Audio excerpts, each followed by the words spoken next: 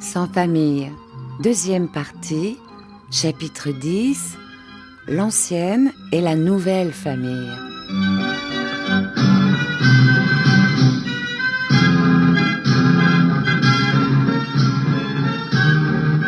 J'ai dormi peu cette nuit-là, et cependant, combien de fois en ces derniers temps m'étais-je fait fête de coucher dans mon lit d'enfant où j'avais passé tant de bonnes nuits autrefois, sans m'éveiller, blotti dans mon coin, les couvertures tirées jusqu'au menton.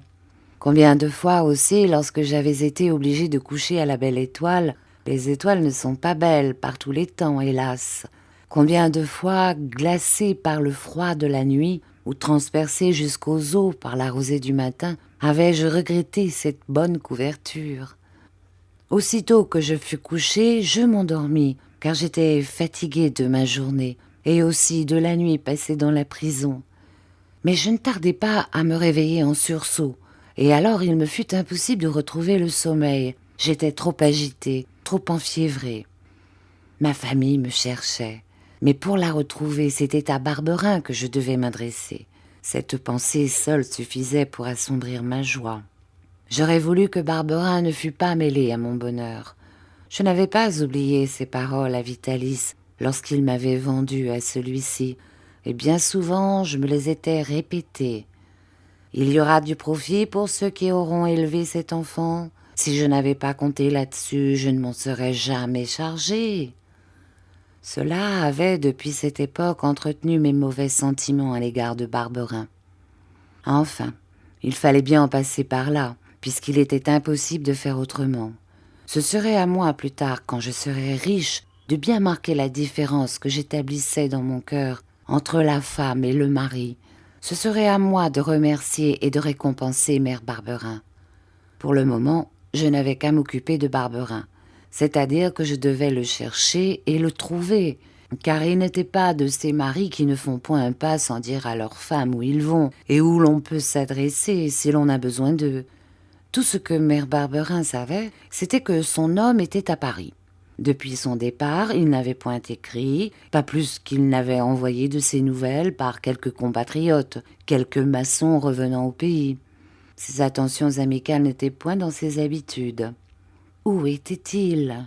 Où logeait-il? Elle ne le savait pas précisément, et de façon à pouvoir lui adresser une lettre.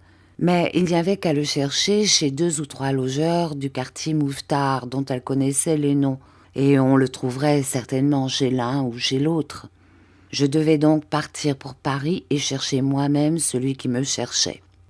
Assurément, c'était pour moi une joie bien grande, bien inespérée d'avoir une famille. Cependant, cette joie, dans les conditions où elle m'arrivait, n'était pas sans mélange. J'avais espéré que nous pourrions passer plusieurs jours tranquilles, heureux, auprès de mère Barberin, jouer à mes anciens jeux avec Mathia, et voilà que le lendemain même, nous devions nous remettre en route. Nous voilà de nouveau sur les grands chemins, le sac au dos, Capi en avant de nous. Nous marchons à grands pas, ou plus justement, de temps en temps, sans trop savoir ce que je fais, poussé à mon insu par la hâte d'arriver à Paris, j'allonge le pas. Mais Mathia, après m'avoir suivi un moment, me dit que si nous allons ainsi, nous ne tarderons pas à être à bout de force, et alors je ralentis ma marche, puis bientôt de nouveau, je l'accélère. Si nous n'avions pas été obligés de gagner notre pain quotidien, j'aurais, malgré Mathia, continué de forcer le pas. Mais il fallait jouer dans les gros villages qui se trouvaient sur notre route, et en attendant que mes riches parents eussent partagé avec nous leurs richesses, nous devions nous contenter des petits sous que nous ramassions difficilement çà et là au hasard.